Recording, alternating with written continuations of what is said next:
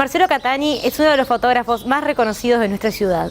Estuvimos en su estudio donde nos contó lo que fue su carrera profesional y su pasaje por el Mundial 2014.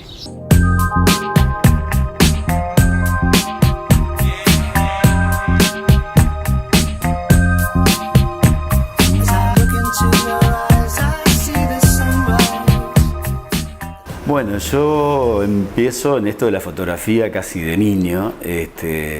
Yo creo que ver los fotógrafos cuando yo era niño venía a los desfiles de carnaval y miraba más a los fotógrafos que se movían a veces sacando fotos que el hecho mismo de eso. Era como una devoción, el hecho puntual de ver imágenes. El hecho empieza cuando comienzo el liceo, que empecé a comprar una revista que se llamaba Fotomundo y Fotoobjetivo, una revista argentina, y la fotografía me atrapaba. Como el hecho de ser fotógrafo era algo mágico. En mi casa tal vez era un hogar de obreros donde éramos 6 hermanos, somos 6 hermanos. Nuestra madre nos inculcaba mucho el tema, se hablaba mucho de literatura, de cine, y no había televisor. No había un televisor, que es lo que hay veces hoy en el mundo moderno es el integrante más importante de la familia, el televisor y todo el mundo alrededor. Entonces uno se tenía que inventar imágenes en paseos, en cosas distintas. Y yo creo que la lectura, de leer García Márquez, de leer Cien años de soledad, siendo niño uno se imaginaba cosas y era como salir la captura de eso era como algo mágico, como el ser fotógrafo. Me gustaba siempre el afín por el arte, por gente que ahí en el barrio, era un barrio de trabajadores, pero había mucha gente que hacía actividad artística, tanto de poesía. También fueron años que durante mi formación en el liceo lo hice durante la dictadura, que fueron años que uno estaba muy oprimido y quería hacer cosas como forma de expresar. Entonces creo que era una decisión muy vocacional el hecho de serlo. Cuando paso de primero a segundo del liceo le decía a mi padre que quería ser fotógrafo y que quería una cámara de fotos, el cual no me podía hacer, y me fui a trabajar a la construcción.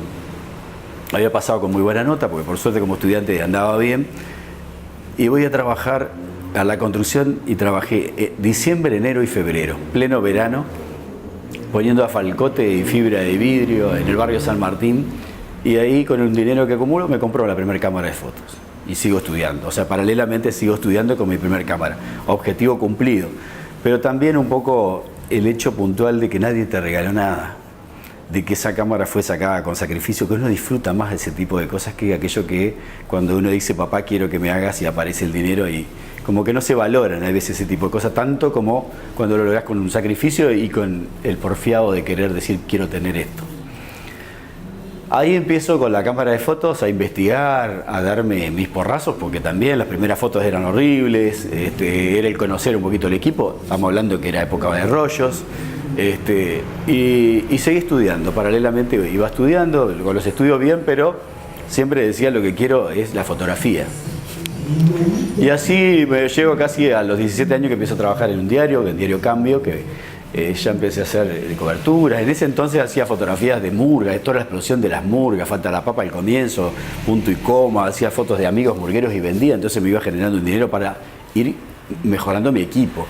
Y así fui un poco mejorando equipo, mejorando cámaras, y empiezo a trabajar en el diario, donde empecé con deportes, Milton Sciol, Carlos Antía, Luis Berti, había una camada realmente, Ramón Lancieri, una camada realmente de periodistas importantes.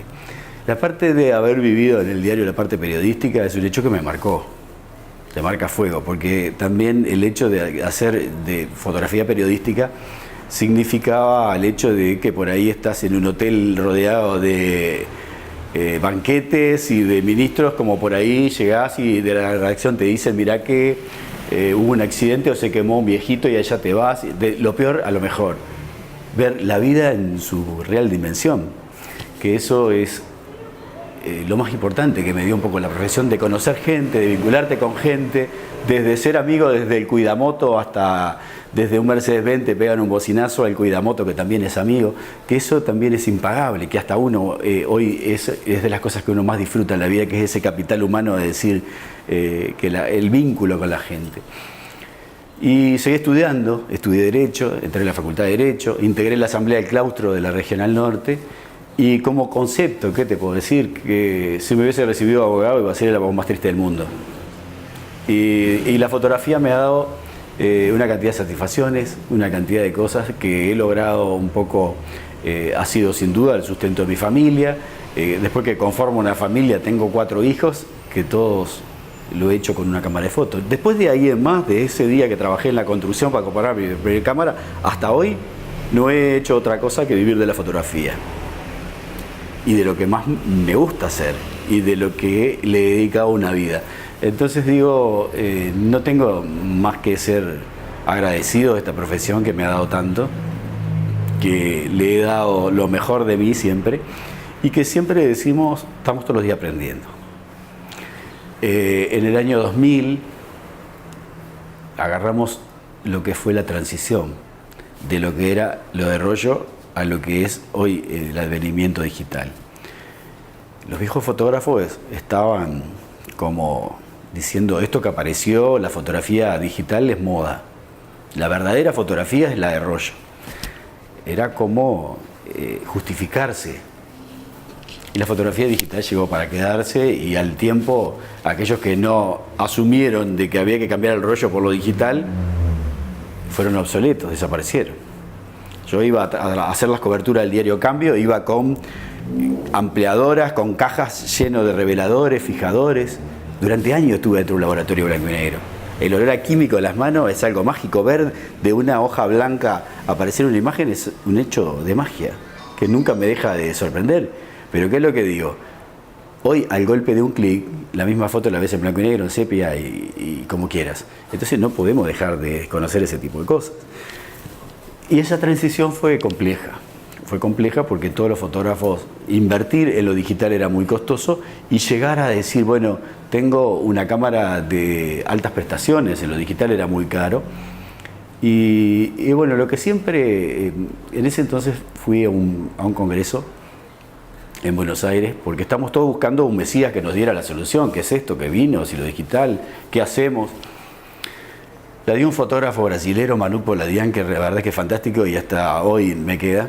Era lleno de fotógrafos y él se empieza a pasear de un lado al otro del escenario y mirándolo a todo el público, había gente sentada hasta los pasillos, dice, más allá de si el formato que tienen es digital o es de rollo, lo único que los va a salvar siempre es la idea. Y ese concepto hoy sigue vigente. ¿El mejor fotógrafo es el que tiene el mejor equipo? No, porque hay gente que por ahí tiene mucho dinero y va y se compra el mejor equipo. No por eso va a ser el mejor fotógrafo.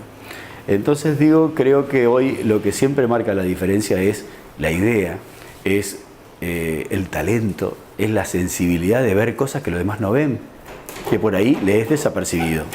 ¿Sí? Entonces digo, ese tipo de cosas yo creo que marcan una impronta en lo que es la profesión y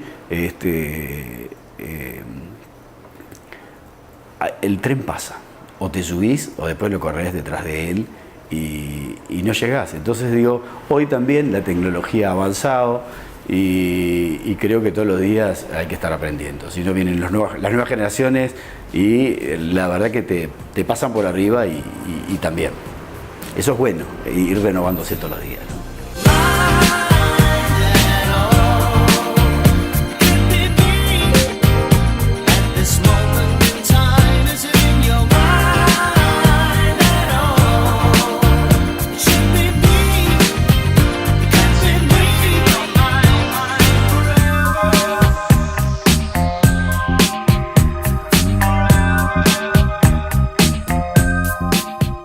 Bueno, en el tema de premios hubieron etapas importantes en mi vida. Hubo un año que fue una explosión.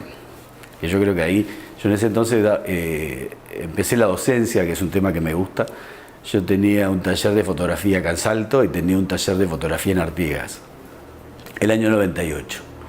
El año 98 fue un año de 5 primeros premios, de premios importantes. Gané bienales, la Bienal de Salto. La Bienal de Salto sin duda que es una de las bienales más importantes en artes plásticas del interior, la Bienal de la Costa, que era Argentina-Uruguay, ganó Cooperativa Bancaria en Montevideo gané 2, gané uno del Río Uruguay, que también se armaba. Fue un año que en premios, la verdad que fue increíble, porque fue como una explosión. Y por otro lado, yo recién empezaba con mi estudio. El estudio estaba montado, en ese entonces me había ido del diario, monto el estudio, y hay un concepto que siempre decimos, que la gente es exitista. ¿Qué quiero decir con esto? Que el diario decía, fotógrafo salteño Marcelo Catania obtiene un premio, y a la semana uno veía que el trabajo se iba arriba. Gané la Bienal de la Costa. Aparte eran premios que en ese entonces, que hoy ya no hay tanto concurso fotográfico, tenían un buen premio. En dinero fue un año que gané más de $5.000 en premio en el 98. Con el tema caballos, que también nosotros decíamos que el arte también es digno de que en cualquier lugar podés encontrar arte. No es decir, para encontrar arte y hacer arte tengo que estar viviendo en Nueva York. No. Aún estando en el fondo de tu casa puedes hacer arte. El tema es tener la sensibilidad de verlo, en campaña, en el campo. Entonces ese tipo de cosas nosotros creemos que ha sido bueno, de decir, generar arte en las cosas sencillas de todos los días. Y por eso digo, hay fotos, por ejemplo, puntuales, que han quedado en la cabeza de la gente, que me reconocen, vos sos el de la foto del paisano y el caballo tomando agua, o vos sos el fotógrafo de Dos Mundos. Yo tengo una posición hecha en UTE, que la gente mientras hace su cola, mira las fotos ahí, que quedan en la cabeza de la gente. Dos Mundos, que es la de Tarzán y Pinduca. Entonces hay cosas puntuales que son, estas son fotos Marcelo Catania por el estilo, por el tipo de fotos, que han quedado un poco en la retina de la gente. Y eso me da muchas satisfacciones. Una vez haciendo la cola de UTE, pasé como desapercibido, y la gente comentando sobre mi trabajo decía, vio la foto, no sé qué, y yo, que era el autor, traté de pasar lo más desapercibido, porque era divino poder escuchar los conceptos que genera la obra, porque lo peor que podés hacer es explicarle a la gente, porque tú hiciste con una intención y después la ven de otra, y quién sos para decirle, no, esto es así. Y era lindo poder ver los comentarios que había sobre el trabajo. Entonces digo, siempre la fotografía me ha dado muchas satisfacciones. Después salieron propuestas importantes, como de ir a exponer. En el año 2007, por ejemplo, firmo un contrato con una agencia internacional que se llama WIN Initiativa, con un fotógrafo, Hans Nelleman, que es un fotógrafo holandés, formado en Harvard, en Bellas Artes, y que tiene su estudio en el Soho, Nueva York. Él viene a hacer un trabajo a Uruguay, conoce mi trabajo a través de internet, pedimos una entrevista, yo le envío unos trabajos, viene acá a mi estudio, ve el trabajo y me dice que quería tener, me dice así, quiero comprar tu talento. Digo, uno como que se pellizca, es decir, viene este hombre que es uno de los mejores fotógrafos del mundo, con una Hasselblad que salía $50.000. Yo decía, pucha, con ese equipo, y me dice que, y bueno, ahí empecé a enviarle fotos, se vendió una cantidad importante de fotos, lo que se me dio la oportunidad de estar viajando con él después a San Pablo a hacer una producción, donde estuve 15 días en Angra do Rei, generando para una agencia de seguros holandesa. Él me subcontrata para hacer eso, y participé de un workshop en San Pablo, de los cuales WIN, que es esta agencia, presenta 100 fotografías para fotógrafos brasileros. Fotógrafos brasileros llegaron y eran algunos con Audi, Mercedes-Benz, un fotógrafo que tenía un avión propio que iba de facenda en facenda, digo, era todo, y yo llegaba con mi pasaje de pluna apenas ahí, y de alguna forma en ese workshop se exhibieron 100 fotos, y de las 100 fotos, 25 fotos eran mías. Entonces fue una satisfacción realmente importante, había fotógrafos hasta ucranianos en este workshop, y son satisfacciones que te da este trabajo, donde hay un reconocimiento de parte de fotógrafos importantes sobre el trabajo que uno hace. Eso, lejos de creértela, si te la crees no te sirve absolutamente para nada, si es un estímulo para el otro día estar con más ganas haciendo el trabajo. Eso fue un poco el 2007, que fue un despegue de empezar a aprender cómo se trabaja a nivel de primer mundo. Y ahí un poco se da el primer viaje a Nueva York. Se da una invitación de ir a Nueva York, estuvimos en ese estudio, en el Soho, y bueno, ahí uno cuando levanta el avión de Carrasco y empieza a ver cosas, se da cuenta que el mundo, el primer mundo, realmente tiene trabajos de calidad, que estamos muy lejos. ¿Qué quiero decir con esto? Que si uno mira para los costados, por ahí lo que ve, acá en el medio decís, pa, qué bueno que soy. Y sin embargo mirás en el mundo lo que hacen y decís qué lejos que estoy. Y eso es lo lindo, que es como la zanahoria delante del burro, te permite caminar, das 10 pasos, ya da 10 pasos. Y es un poco eso, que esos viajes te permiten, son muy movilizadores, tomar la técnica, adquirir técnica para poder estar haciendo cosas importantes. Se hace la exposición en Nueva York, hasta hago una boda en Nueva York, me contrata una salteña a hacer una boda en Nueva York, que hice una boda que fue también hacer sociales en Nueva York, estuvo lindo como experiencia. Y en el año 2010 recibo una invitación de la Embajada de Uruguay en Washington y soy seleccionado como único artista para representar a Uruguay en el año del Bicentenario a una exposición en Washington como único artista. Había que enviar 3 obras, era una exposición iberoamericana de fotografía en Washington, con fotógrafos de Argentina, Brasil, uno por país. Habría que enviar 3 fotos y el curador de la muestra seleccionaba una por país. Yo envío mis imágenes, bueno, primero de todo le agradezco a la embajadora la invitación hecha, la verdad es que para mí fue un orgullo. Y bueno, como desafío era que también el curador de la muestra seleccionara fotos mías, porque por ahí decía, no, las fotos que envió a Uruguay no tienen la calidad de la muestra, no van a ser admitidas, y el artista queda afuera. Era una opción. Yo envío 3 fotografías y la temática era inmigrantes y emigrantes en América Latina. Esa era la temática. Envío 3 fotos y de las 3 fotos fueron seleccionadas 3. Y en un principio era una por autor, pero el curador dijo que las fotografías de Uruguay iban a ser exhibidas las 3. Lo cual, digo, ya la embajadora de por sí quedó feliz, me llama, que fue cómico porque estábamos en mi casa, suena el teléfono y mi hijo más chico me dice, papá, Washington. Y yo pensé que era un amigo y salgo corriendo el teléfono a Washington, porque un amigo que siempre me contrataba a hacer el trabajo y era desde Washington, para comunicarme un poco eso del curador, que fue la verdad que un motivo de alegría importante. Y una de mis fotos, que es Esta soy yo, que es una salida del puerto de Génova con unos niñitos, que una señora que está allí con las manitos todas arrugaditas, con 90 y pico de años, tuvo 10 hijos orientales y estaba acá. Esta soy yo fue la que abrió la muestra en esa posición en Washington. Y bueno, esas cosas también fueron importantes.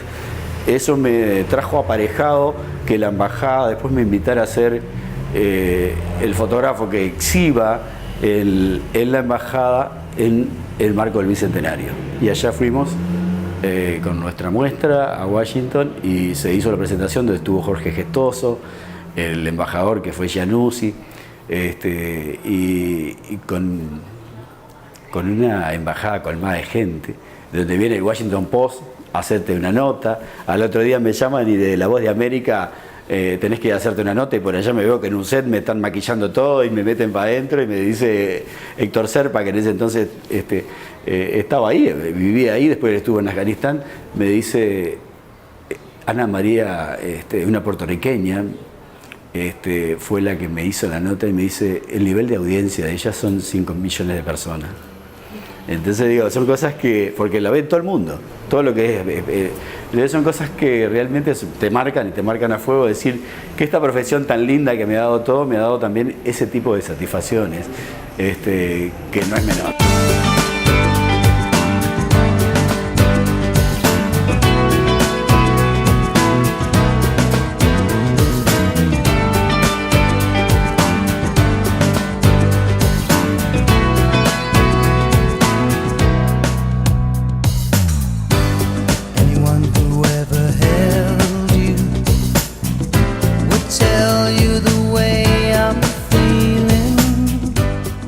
La cobertura del Mundial, que eso es muy latente, que todavía está ahí fresquito, que todavía lo estamos saboreando, yo creo que a esta altura te podría decir que es como fue la frutilla de la torta de lo que me ha dado toda mi profesión, que es como la estocada final. Fue difícil llegar a estar acreditado por FIFA, ser fotógrafo de FIFA. Llevo casi un año de acreditación, donde tú que tenés que mandar a FIFA todos tus créditos, todas tus acreditaciones en distintos tipos de lados. Más en un mundial como Brasil, que fue un mundial donde había 5 o 6 mil personas esperando entradas. Entonces por ahí decirle, este quiere pasarse por fotógrafo para entrar gratis. Entonces digo, el filtro de decir que seas realmente fotógrafo, que tengas la acreditación necesaria como para estar adentro de una cancha, era muy grande. Entonces pasó mucho tiempo, niveles de aprobación hasta que llega la tal aprobación de FIFA de ser fotógrafo de FIFA. Fueron años de acreditaciones, de mostrar acreditaciones de Expo Prado, de Expo Palermo, que eran exposiciones internacionales, de eliminatorias de mundiales, que también tenía varias cubiertas, y de alguna forma debo agradecer de haber guardado algunas que yo era jovencito y de pelo largo, y que las tenía guardaditas ahí, y que eso, de alguna forma, la cantidad de tiempo que uno demostró ser un profesional que estuvo en esto, es lo que te da el aval después de decir, podés ir a hacer la cobertura del Mundial. Después el hecho puntual de estar en el Mundial, de estar ahí, y es increíble. Es increíble porque por ahí tenés la acreditación de FIFA, tenés que estar 6 horas antes en cada partido. El partido, por ejemplo, contra Inglaterra, que Suárez le hizo los 2 goles a los ingleses, que fue increíble, en San Pablo, de que te encontrabas por ahí acreditado cuando ibas a buscar el ticket, porque tenías que darte el numerito para estar detrás, en la silla que te otorgan para estar detrás del arco. Y por ahí te encontrabas que mirabas a tu lado y el nombre que veías al lado tuyo es alguien que lo conocías por libros, por internet, que eran monstruos, o gente que había ganado el Gol Press y que yo lo tenía como mis ídolos. Es como me decía mi hijo en un mail que me mandó cuando yo estaba, pensar que lo que vos tenés enfrente era lo que yo elegía para jugar el PlayStation, era Pirlo, era Gerard, y yo lo tenía ahí enfrente haciéndole fotos. Entonces digo, esos Pirlo y esos Gerard para mi hijo en el fútbol eran los que yo tenía de compañeros sacando fotos. Eran los grosos que yo lo miraba por internet. Entonces digo, era bueno, pero aparte lo lindo de que podés intercambiar en sala de prensa experiencias. Por ejemplo, con un japonés que no nos entendíamos muy pocas cosas, nos empezamos a hacer un canje de figuritas de imágenes, de fotos, que yo le mostraba mis fotos, él me mostraba las de él, y ahí uno ve el poder de la imagen, que va más allá del idioma. No nos entendimos nada, pero a través de nuestras fotos nos comunicamos y nos conocimos. Él conoció algo de mí y yo conocí algo de él solo viendo sus imágenes. Entonces digo, ese es el poder de la imagen. Cuando tú escuchás esa frase que quedó ahí siempre como latente, de una imagen vale más que 1000 palabras, es tal cual. No hay nada que resuma más que una imagen, y por otro lado tiene la gran ventaja la imagen sobre el texto, que traspasa la barrera del idioma. Yo veo la imagen de un alemán y no necesito traducción, la entiendo. De un japonés también. Y sin embargo, a veces la barrera del idioma distorsiona y te hace que el texto no quede tan como el que lo escribió. Entonces digo, fue mágico, de mucho sacrificio también, nada es fácil, esa es otra. Nadie me ha regalado nada, siempre ha habido que remar mucho. A cada estadio había que caminar 10, 15 cuadras. En Fortaleza, el primer partido, imagínate todo lo que pasamos para llegar al Mundial. Llegamos al Mundial Fortaleza, 42 grados de calor. Cierran el estadio, una cantidad de cuadras a la redonda, es como irte caminando de acá al puerto, con equipos costosísimos y enormes y pesados, y allá nos fuimos caminando de la cantidad de cuadras para llegar hasta el estadio. Arenas de Castellano, allá nos fuimos hasta Arenas de Castellano con una ilusión bárbara, primer partido. Costa Rica nos mata de entrada. Entonces vos decís, puf, todo lo que pasamos, Costa Rica nos mató, ya estamos. Era la Cenicienta, si perdimos con la Cenicienta, imagínate, venía Inglaterra, venía los diarios brasileros, que era el fantasma del 50, nos fue hasta en forma jocosa, ahí en Siete Lagoas, donde nosotros estábamos, porque estuvimos aparte en Belo Horizonte, en Siete Lagoas, ahí al lado de la selección, estábamos un poco compartiendo con la selección todo, donde se movía la selección, allá estábamos nosotros, que fue un muy lindo vínculo también. Pero qué digo, fue un comienzo complejo. Y claro, en mi caso, dentro del primer partido, estar en un mundial, yo había trabajado mucho acá en los diarios, pero no es lo mismo, estamos hablando del primer mundo, de ir a un mundial que todo te asombra. El mundial es una fiesta, en la tribuna, cómo la gente se pinta, se produce. Te puedo asegurar que deben pasar desde las 6 de la mañana hasta el mediodía pintándose, porque van con unos maquillajes que son excepcionales. Pero por otro lado, por ejemplo acá, en el fútbol nuestro de aquí, que la gente se evita las cantinas, que la gente lo toma ahí, todo el mundo tomando cerveza, la brama uno al lado del otro, que el otro con la... todo el mundo tomando cerveza, todo el mundo pintado, uno de Uruguay al lado de uno de Costa Rica, y nada pasaba. Nada pasaba, digo, porque en definitiva es eso, es una fiesta más allá que se disfrute, cada cual defendía su cosa. Y bueno, ahí te imaginás que era disparo y disparo y disparo, eran cámaras con lentes largos. Lo lindo que era reencontrar uruguayos, verse uruguayos y ver salteños allí, mucho más todavía tan lejos, un lugar tan lejos como nos tocó el primer partido. Entonces digo, fue una experiencia, la verdad que maravillosa. Aparte, por otro lado, uno es futbolero, te encanta el fútbol, entonces estar allí al lado. Cuando Suárez le hace el gol a los ingleses, cuando vino a gritar el gol, estaba de aquí a ahí. Veías hasta la saliva cuando gritaba y hacía así. Entonces digo, son esos momentos mágicos que digo, uno le va a quedar de por vida para decir allí cuando el día que Suárez le hizo 2 a los ingleses, yo estaba ahí. Y son cosas lindas de esta profesión. Nosotros cuando hacemos sociales siempre decimos que cuando hacemos nuestro trabajo lo hacemos para toda la vida, que la gente no es para en una boda, no es cuando llegue de su luna de miel, sino para cuando pasen una cantidad de años y se siente con sus hijos a mirarla. Entonces esa responsabilidad de captar ese momento es para toda la vida. Entonces en esto de esta profesión tiene eso, que es congelar el tiempo un poquito para que ese momento sea eterno. Hay conceptos. Harry Cartier-Bresson, que es un fotógrafo artista que la verdad que me gusta mucho, decía que el fotógrafo es como un punguista que va por la vida robando cosas sin que nadie lo vea, pero que van a quedar eternas. Y pasa por ahí, a veces está bueno una foto espontánea, sin que nadie te vea que la tomaste, tiene mucho más impacto que una foto producida. Entonces digo, pero ahí está la sensibilidad del fotógrafo de poder ver y poder captar.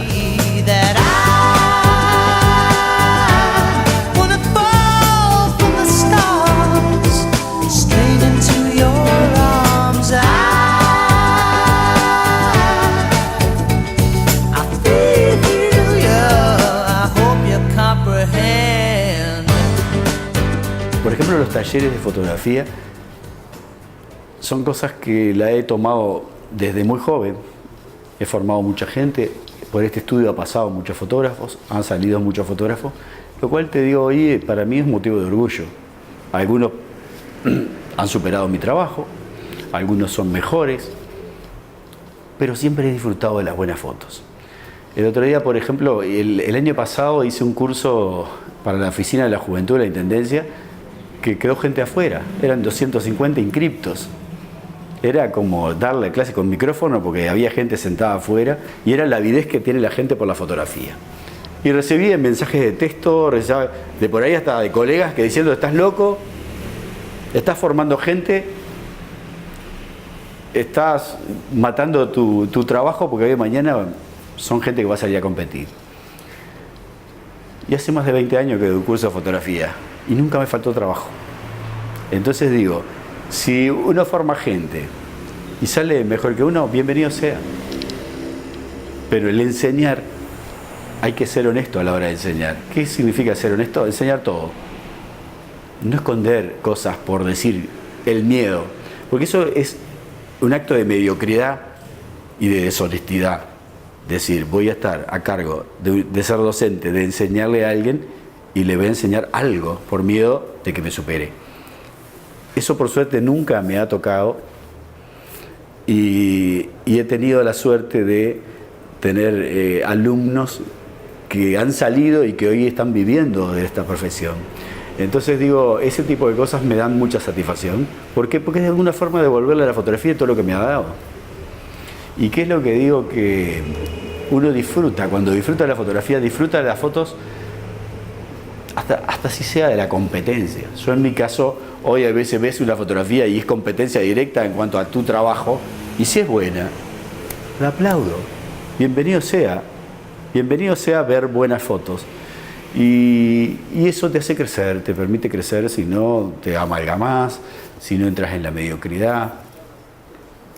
La generosidad a la hora de enseñar y de armar grupos. Entonces digo, me tocó esta experiencia de inscribirme como docente en los talleres cuando se llama un concurso. Lo presentamos, salimos seleccionados por puntos, entramos a trabajar en la intendencia, pero seleccionados por concurso, no por amiguismo ni nada de eso, cosas que hoy en estos tiempos nos da mucha satisfacción.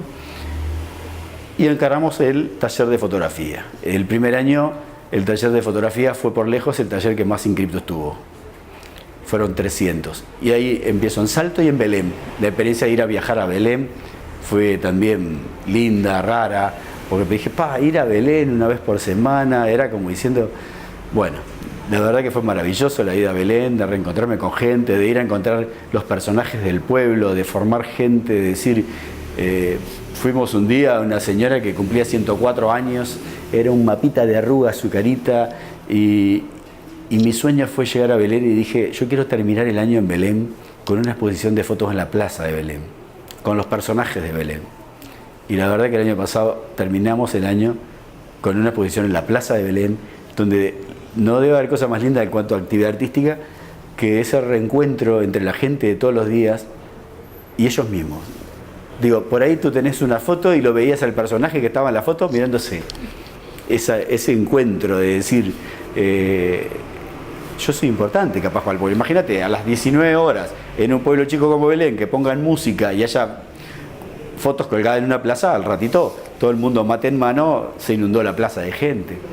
Entonces digo, eso es el concepto de arte que yo tengo, que está involucrado con la gente. Porque si lo hacemos como elite, al costado de la gente no sirve de nada. Entonces digo, que la gente se confunda de decir, bueno, hacer arte significa que aquel que vino a hacer el curso conmigo y su esposo tenía un tambo y ordeñan leche, que las cosas de todos los días, ahí cuando la leche golpea en el tarro, capaz que hay una obra de arte. En las cosas de todos los días, en las cosas más sencillas. No es rebuscar, porque a veces, ¿sabes qué? Buscamos belleza buceando, pensando que está en el fondo, y está flor de agua, y no sabemos verla. Y ese es el tema más lindo de esto, de decir cómo todos los días uno aprende cosas. Y cuando tú tenés alumnos delante, por ahí algo que te preguntó el alumno, te abrió la cabeza. Te abrió la cabeza de decir, pero qué bueno eso que me dijiste, porque podemos hacer tal cosa y tal otra, y te permite crecer. Y te hace, la verdad, que feliz. Yo la verdad que la docencia la disfruto mucho. Hemos hecho grupos de amigos, con grupos que hicieron el año pasado y otra vez, donde nos seguimos juntando, pero por sobre toda cosa, aparte de disfrutar de la amistad y de todo eso, disfrutamos de las buenas fotos que aparecen de ellos.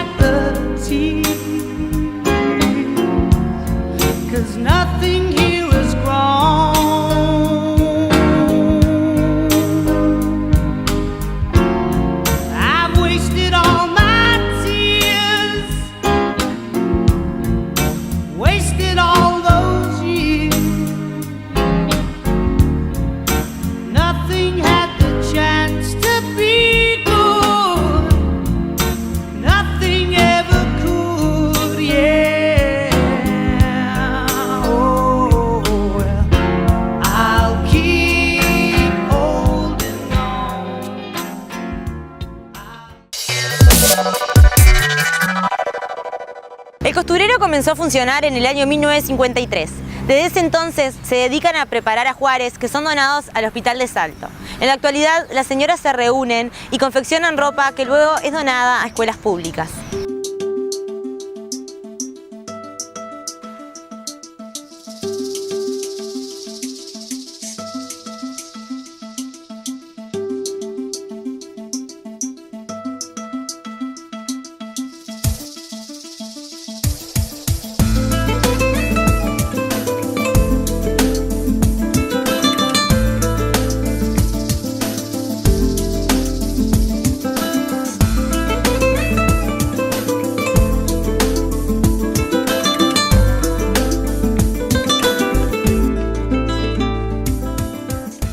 costurero se inició por la idea de una señora que era esposa de un rotario, que era la señora de Curubeto. El señor era embajador argentino, fue acá. Y ella vivía ahí donde, en calle Artigas, que el pasaje de la gente que iba al hospital. Y entonces, hablando, vio que pasaba a ver esas madres con esos bebitos, carenciados de muchas cosas. Dijo, podíamos hacer algo para esta gente.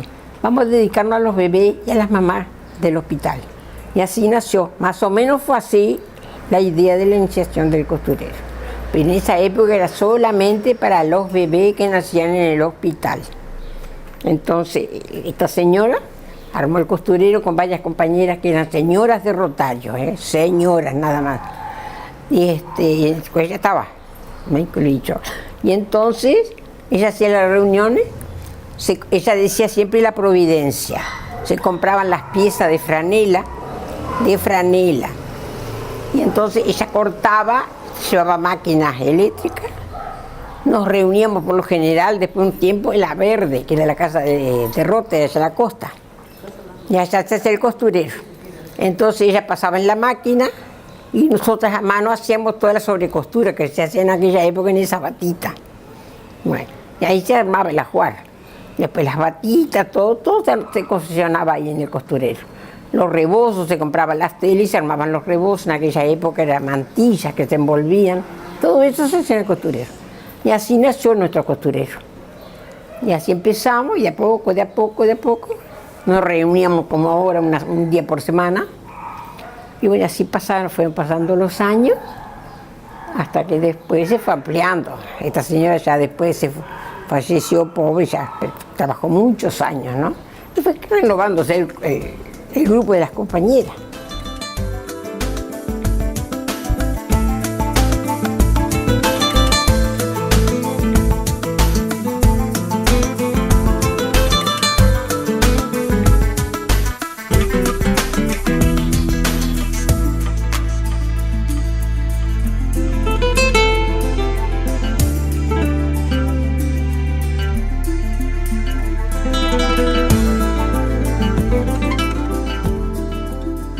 Se hicieron muchas cosas. Bueno, cuando disponíamos de fondos, que ayudábamos a las escuelas en otras cosas, en pintura, a veces ayudado por Interact, en pintura y en cortinas, cortinados, y después ya nos llegamos a las reuniones entre nosotros. Entonces pensamos, primero dábamos a los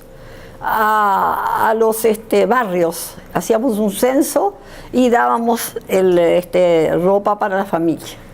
Pero después, como se fueron disgregando las familias, que era medio complicado, pensamos en regalar la ropa a las escuelas públicas, para que los niños de la escuela pública tuvieran ese beneficio. Y fue así que, bueno, cuando teníamos más fondos, enviábamos, además de los buzos que en este momento estamos cosiendo, llevábamos otras cosas, como por ejemplo ropa interior, camisetas, todas esas cosas que pueden servir para que el niño vaya más cómodo a la escuela. Fue así, de a poquito fue evolucionando, y a medida que fue pasando el tiempo, que éramos las mismas, y vamos tratando de traer gente más joven y dinámica, como hay muchas acá ahora, entonces fuimos siempre reuniéndonos los martes o los jueves. Siempre reuniéndonos los martes y los jueves y tratando de hacer lo que podamos para servir a la sociedad. Sobre todo, ya te digo, a los niños de la escuela pública y al hogar, al hospital de Salto, que nunca lo dejamos. Siempre una semana, la semana de Artigas, siempre se lleva a Juárez. Y si en algún momento una mamá pide de urgencia, también se lleva. El otro día tuvieron que salir corriendo 2 señoras porque había una señora que necesitaba un ajuar. Y entonces ahí y siempre tenemos preparado algo, ahí lo ven ustedes, por las urgencias.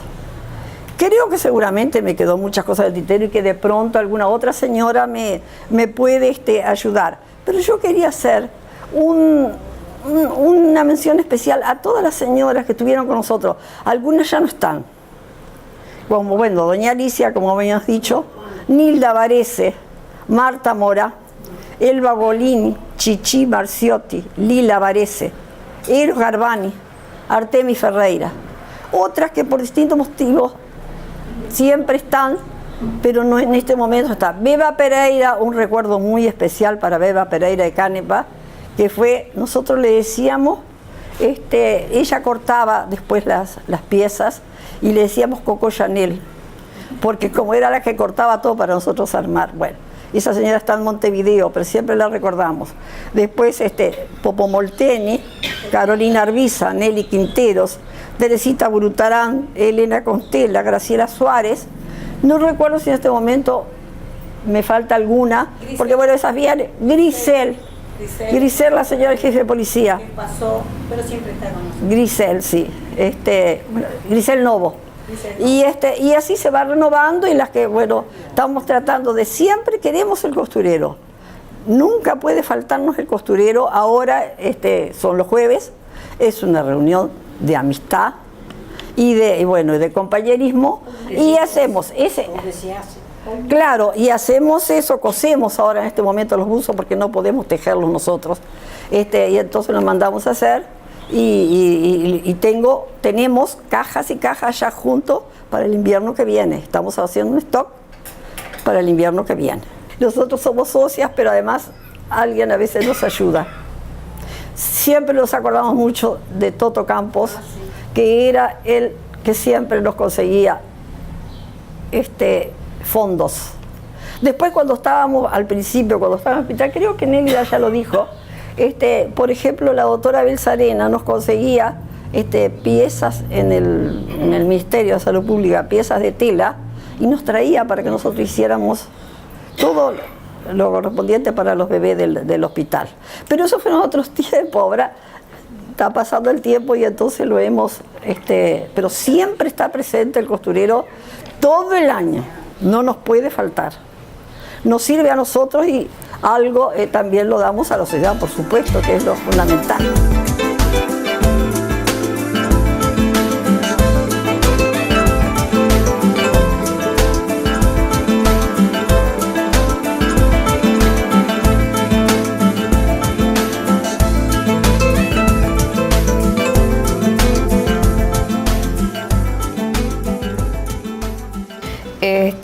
Como dijeron al principio, que se inició porque una señora de Montevideo hacía este tipo de cosas. Entonces, teníamos los departamentos del interior se iban asesorando, y así se fueron fundando. Y así se fundó el primer costurero, que fue en la casa de la señora del cónsul, que era en ese momento la señora de Curubeto. Bueno, ahí empezaron, ya contaron todo, que se vio necesidades, que había necesidades muy grandes de empezar a ayudar a la gente que pasaba por la casa de ella, que iba hacia el hospital, y tenían bueno, muchas carencias, como siguen teniendo bastante hasta ahora, pero se ayuda lo más que se puede. Ahí se fundó el costurero. Bueno, fue marchando a medida que eras costurero de esposas de Rotario, como es hasta ahora. Pero ocasionalmente puede entrar alguna persona que esté relacionada y que quiera trabajar con nosotros. El costurero marchó muy bien siempre. Se trabajaba al principio no solamente en lo que estamos haciendo ahora, porque las circunstancias y los precios de las cosas y demás ha sido muy, muy grande. Entonces, lo que estamos haciendo ahora también los hacíamos en aquella época. Pero teníamos máquinas de coser y cosíamos, se hacía un censo todos los años en los barrios más carenciados, hasta 150 niños. Se hacía, más o menos, teníamos el talle de cada chico, porque después, a fin de año, en la Casa de la Amistad, o sea, que era nuestra casa de Rotary, o sea, la verde, como le llamábamos en aquel momento, o se sigue llamando, se hacía la fiesta de fin de año y se entregaba eso y muchas cosas más que ahora te cuento.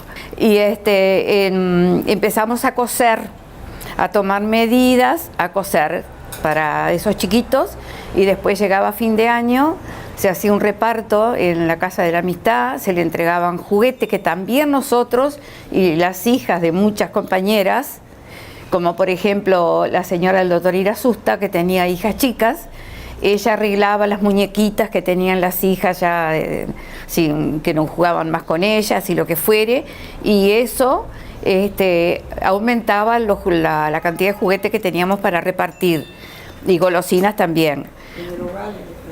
Sí, el hogar de niños era otra institución que también ayudábamos mucho. Se les reunía en la Casa de la Amistad, se hacían, llevábamos tortas y refrescos y demás para convidarlos, y además ya sabíamos el número de calzados que había que darles, iban en un ómnibus de la Intendencia y pasaban una tarde hermosa porque había juegos, había, ya te digo, ropa también se donaba. Y bueno, esa era una de las tantas cosas que todos los años se hacía, de los tantos beneficios. Y después uno que es el que no se ha dejado hasta ahora, es el de la Semana de Artigas, que en esa semana confeccionamos nosotros ajuares para los bebés nacidos dentro de esa semana, que le llamamos de Artigas, que es una semana, desde el día de Artigas, una semana en adelante. Bueno, sí, eso lo hacíamos nosotros y las socias, porque nosotros somos todas socias, ¿viste? Con el dinero que se junta todos los meses, los beneficios, hacíamos grandes desfiles de moda, grandes ya te digo, eventos que hoy ya no podemos hacerlo porque ya no somos tan jóvenes y no tenemos la disposición que teníamos antes para conseguir cosas que nos prestaban el club, por ejemplo el Club Uruguay, el Club Chaná, hicimos un té muy lindo, y bueno, así recaudábamos fondos para comprar todas las telas y los materiales que después se iban a regalar. Esa semana de Artigas se hace hasta ahora, eso sí es tradicional. Y también, bueno, ahora lo que hacemos es esto, los buzos, se cosen buzos y se donan a las escuelas que al principio de año mandan una nota pidiendo, en fin, que ayuda, ¿no?, en lo que hacemos ahora, que son los buzos. Y bueno, y así seguimos los martes haciendo, además de la costura, los jueves. Antes eran los martes y después cambiamos para los jueves. Y después que terminamos de coser, viene el premio para nosotras, porque nos reunimos y tomamos el té y conversamos y hacemos compañerismo, que es fundamental en Rotary. El compañerismo es una cosa que todos lo tenemos en cuenta, los rotarios y esposas de rotarios y el costurero en general.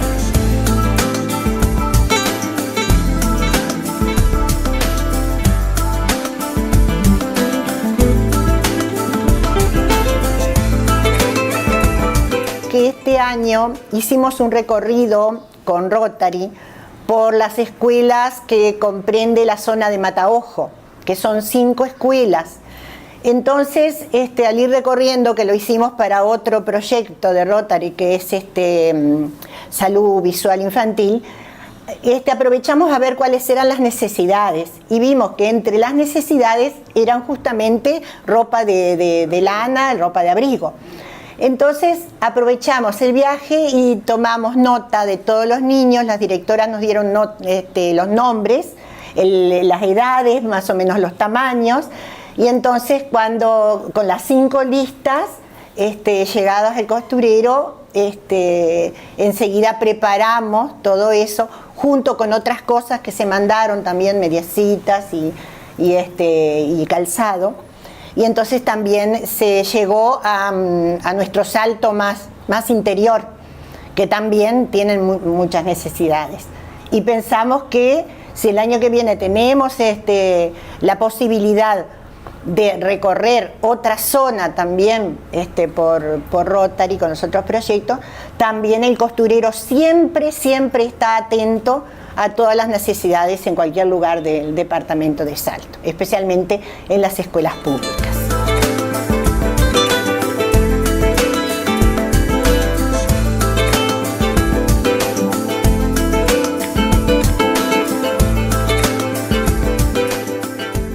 Lo que yo quiero decir de mi parte es que yo les agradezco a estas señoras por haberlas encontrado. A mí me hicieron un gran bien y no saben el bien que me hicieron. Yo le digo gracias a todas, las quiero muchísimo, recuerdo a las que no están y eso es lo que tengo para expresar, porque la historia la tienen ellos, ellas. Tienen mucha historia, quedó algo por contar, pero es siempre chiquito, pero que aportan mucho. Ellas hicieron muchas cosas buenas por los niños de este Salto querido. Que aunque yo no soy salteña, lo quiero mucho, porque me encuentro muy bien, muy querida, muy aceptada.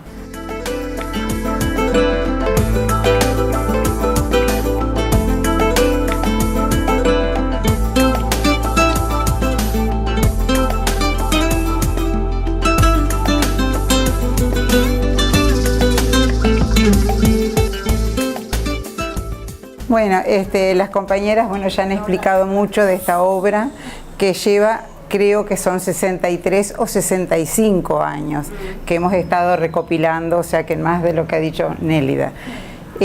Lo que no se ha perdido nunca en este grupo es la amistad, el compañerismo, como decía recién la compañera, la satisfacción que tenemos de estar juntas y la alegría que sentimos cuando llevamos algo a alguien que necesita. Los recursos, que parecería como que ahora no tenemos, bueno, siempre hay socios colaboradores, también estamos en relación y nos hemos ayudado mucho con Clínica Kenny, y algo que no se dijo fue que en Serenap también se han entregado muchos y se siguen entregando ahora a Juárez, que hacemos pequeñitos para los niños que nacen de bajo peso. O sea que siempre esto ha estado más que nada dedicado a la infancia. Actualmente, aparte de los ajuares que se entregan en la Semana de Artigas, dejamos nuestros teléfonos y la nurse del servicio de maternidad, cuando ve una necesidad, nos llama y nosotros acudimos lo más pronto que podemos. Eso. Hemos tenido, voy a contar una anécdota, con una señora que nos llamaron y fuimos y le explicábamos que éramos de Rotary, y me dice, Rotary, yo conozco Rotary. Nos quedamos asombrados. Y dice, sí, porque cuando nació otro de mis hijos, también me regalaron un ajuar. Como nota. Hacía tiempo, sí. O sea que es una forma de trascender en lo necesario, en la necesidad de otros, y una obra que tiene muchos años y siempre con el respaldo de Rotary.